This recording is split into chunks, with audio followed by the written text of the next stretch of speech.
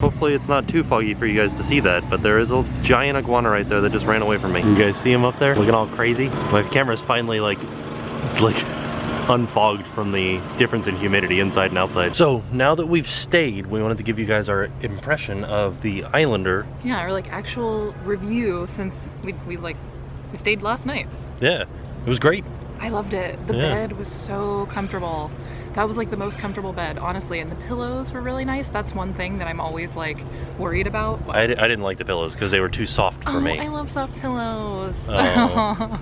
The shower though was amazing. The shower was fantastic. It was like a deluge of water. Yeah. It wasn't like a lot of water pressure. It was like just a lot of water, which was great. I loved it. I really like this resort though. The beach area was really nice. The pool area was really nice. We didn't get to get in the pool, but we got to sit around it and it was really nice. There's a lot of restaurants, like right across the street is one of the big tourist locations, which is the Lorelei. So you could literally just walk to one of the biggest touristy like bars in Isla Mirada right across the street. So it's in a really good location, I think, too. Yeah, it was a fantastic stay. I don't want to leave, but now we're going to check into another hotel, and I'm excited to see, a little bit later on, but I'm excited to see what the Keys have to offer. Yeah, so we're off. We're off. Yay. We are on our way to the Theater of the Sea, which is in Isla Mirada. We are leaving the Islander Outpost. We absolutely loved it. I know we told you guys that yesterday, but we absolutely loved it. It was such a nice stay. It was really relaxing. The property was amazing. Everything was great. So we are now going to the Theater of the Sea, which is, I'm not actually sure what it is. So I guess we're gonna kind of see it together here in a minute. We're almost there. All right, we are pulling in to the Theater of the Sea right now. It is a marine mammal park in Isla Mirada. Cool, and apparently you can swim here. It says swim today. Yeah. Where do you swim? I don't know, should I just park right here real quick? Maybe, yeah. Right next to the big sign. A better look at the sign for you guys. Check it out, it's like a big waterfall. Oh man, I'm excited. Let today's adventure begin now! So he and I have been hanging out for a few years now. And we've been building a close relationship based on love, trust, and a whole lot of fish. So this is a training tool I have in my hand. It's a target pole. It's an extension of my arm, and Wilbur is trained to remain in contact with this target until he hears the word good. That tells him he did something correctly, and a reinforcement such as food or attention will follow. So while he's holding here, I'm going to give him an eye drop. Sometimes sea lions can develop eye problems both in the wild and in human care. And here we can just train them to allow us to administer medication if necessary. You see how well he does for this? And he is an pair of one of the top veterinary ophthalmologists in the country. Good. Most of this is just preventative medicine. You see how well he does for that. We train them other husbandry behaviors. They're trained to walk onto a scale so we can weigh them once a week. They're trained for fecals, voluntary blood draws, x-rays, ultrasounds, even just visual exams. We look them over nose to tail each day. We even train them to breathe on cue. Sea lions can hold their breath over 15 minutes. Wilbur's not as large as he could be in the Pacific. If it was a colder environment, he would just have more blubber. But he's perfectly fine here, and they can adapt well to all different environments and different temperatures. But the male sea lions are larger than females. The maximum weight for a female is only about 240 pounds. What? A shark? Alright, Wilbur just told me he thought he saw a shark in his pool. This is not good. Sharks and killer whales are the natural predators. He's fainted. Yeah, he told me he would faint if he ever saw a shark. You guys don't mind if I check it out, right? It'll just take a second. You stay on your seat, Wilbur. It's very dangerous. I'm gonna look for the shark. I don't see anything that looks like a shark. Is you guys see anything? That's a great big black tip in our pool. Wait a minute. Good joke, Wilbur. I don't recognize that flipper now. He was trying to fool everyone. Shame on you. Good. So Wilbur would love to show off the old sea lion standard, the ball balance.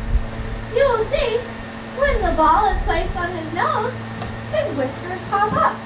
They don't support the ball, they just show how much weight it's shifting. He moves his neck, and that way he can keep it balanced.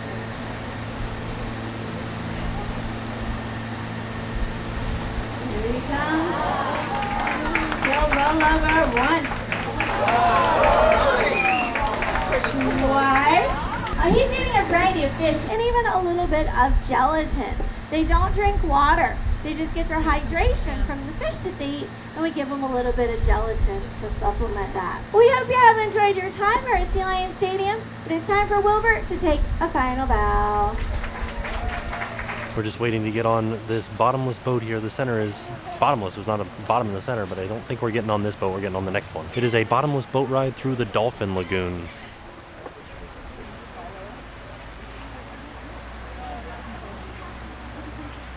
Now while we're moving, I do not want you to worry about any animal safety because we do have a cage or a prop guard that surrounds our boat's propeller. So no animal can come into contact with it and be harmed. Now we do have two dolphins that live in this lagoon. Their names are Kimbit and Sherman. Kimbit is the older of the two at 22 years old, and Sherman is age today. They've decided to join us for our boat ride. So to start things off, Sherman will be joining us in the center here. He's going to jump in the lagoon and ring the bell.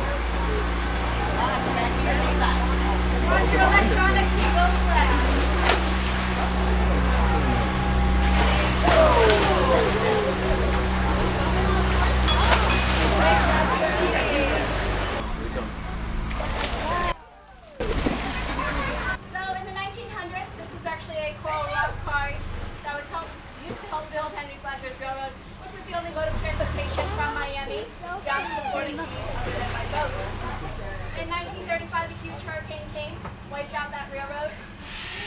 Flooded this very rock quarry. Then in 1946, the McKinney family stumbled upon this flooded rock quarry, thought it would make an excellent marine mammal facility. So in 1946, we did become Theater of the Sea, which is actually the second oldest marine mammal facility in the entire world. We still are owned and operated by the McKinney family today.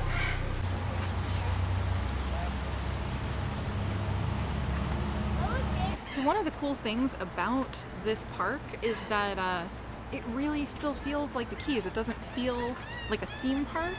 It's not like all built up with concrete or anything like that. It's still really landscaped, and it's just gorgeous. Like, look at all the trees and stuff and all the plants behind us. This is insane. I love it. Speaking of trees. Yeah. So there's a couple of little baby sea lions here Oh my that... gosh. Is that a plush? I think that one's a plush. Oh, okay.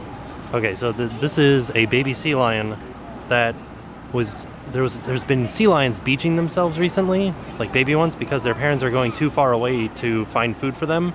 And so they come up on shore looking for food from humans, and they have taken in 2 of them to try to rehabilitate them, and they've released them 4 times, and they keep coming back, so that means that they've been too imprinted by humans that they need to just stay here now. What's that? That is a sea turtle that needs a life vest to float. Why? It was hurt. Oh. And they brought it in here to rehabilitate it. For a sign.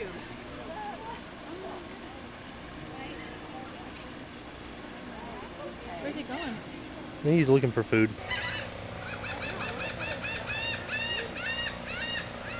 She's feeding the fish and then waving a stick so that the birds don't come in and get it. Welcome to the guided ring life tour. My name is Reed, and today I'll take you on a walk around the park to see a variety of the animals you can find in or around the waters of the Florida Keys. Down here in South Florida, we are lucky enough to be home to the only living coral reef in the continental United States.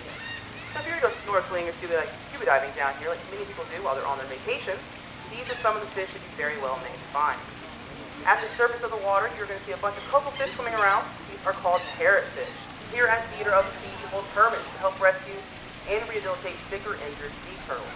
Based upon extent of their injuries, sea turtles may live out the rest of their lives here at Theater of the Sea. Well, that is Quasimodo. She's a green sea turtle with a body deformity, which causes her to have a misshapen shell. But on top of this, she also has a buoyancy disorder. So if Quasimodo were to swim without that life jacket, her rear end would stick up and her head would point down, making it very difficult for her to breathe. It's a great way to level her out, counterbalance her, so breathing is just easier for her. We have Jana. Jana is a second green sea turtle, and she's blind. Jana was nesting on a beach in St. Croix when she was attacked by feral dogs. The dog attacked her head and her flippers, and unfortunately from this attack, her eyes didn't heal. She was left without any sight. Oftentimes we talk about Jana during our shows. We are asked how come she just tucked her head and flippers into herself to avoid being bit. Now that is an excellent question, but sea turtles like Jana and Quasimodo, they don't have that ability. That ability only belongs to land turtles and some freshwater turtles as well. Aphrodite was caught in monofilament fishing line as a hatchling. So when she was very young, this fishing line was wrapped around her right front and her left rear flippers. And by the time that she was found, infection had set in, and these flippers had been implicated for her survival. Each sea turtle is provided a primary caretaker who feeds them their own individualized diet, and they have an excellent health care plan here too. Sea turtles have up to 100 to 200 years. We'll let Henry continue his outing snack in peace. The black lady said? Let's see if they're hungry. This one is. I'd say so. Two of them. Two of them. He did. He's coming. He says, "Come here, little Levi. I'm hungry." Allude to that. But you heard that small suction right there. Nurse has some very strong nurse-like suction to useful crustaceans like crabs and lobsters out of their hiding places. There you go. So any crustaceans hiding amongst the reef rocks, they can get to it. In fact, that suction is so strong, it can be used to pull a conch right out of the shell. Very strong. My name is Alex. I'm going to be your trainer this afternoon, and I will have the pleasure of introducing you all to some of the most colorful, some of the most charismatic, and even some of the most intelligent animals on the planet. Parrots are actually tied right at the top of the avian intelligence scale, where they are tied with all members of the corvid family. Corvids consist of birds like crows, ravens, magpies, jays. Most scientists compare their intelligence to an average human toddler between the ages of 2 and 4 years old. Stubby is 36 years old. She is a blue-throated, also known as a Caninde macaw. Conservative estimates only place up to 115 of these birds still found in their natural habitat of northern central Bolivia.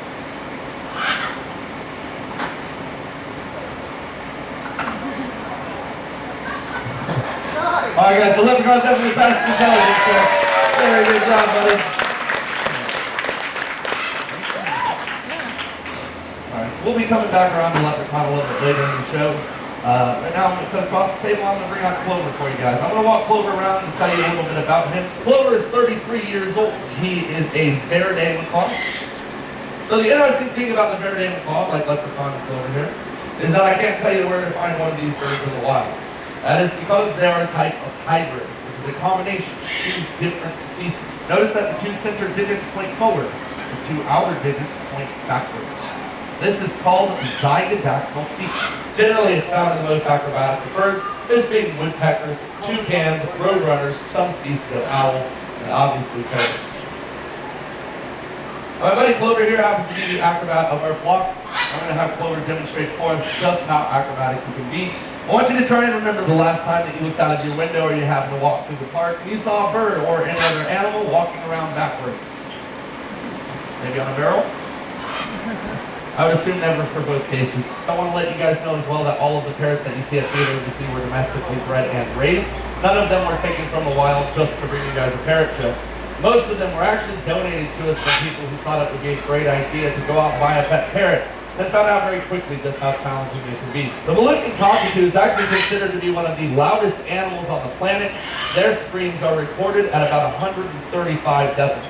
This is comparable to a 747 jumbo jet, registering around 140 decibels. This time a little bit more challenging, any number between 6 and 10. 7, all right, perfect. Thank you. 7 rings this time, okay, a little bit higher.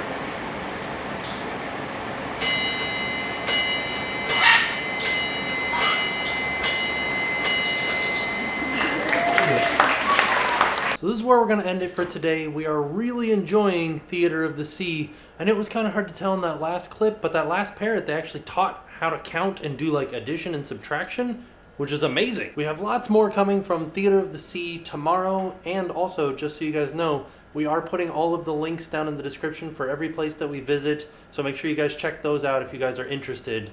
And yeah, look for more Theater of the Sea videos coming up very soon, and I will see you guys tomorrow. And now it's time to pay the price.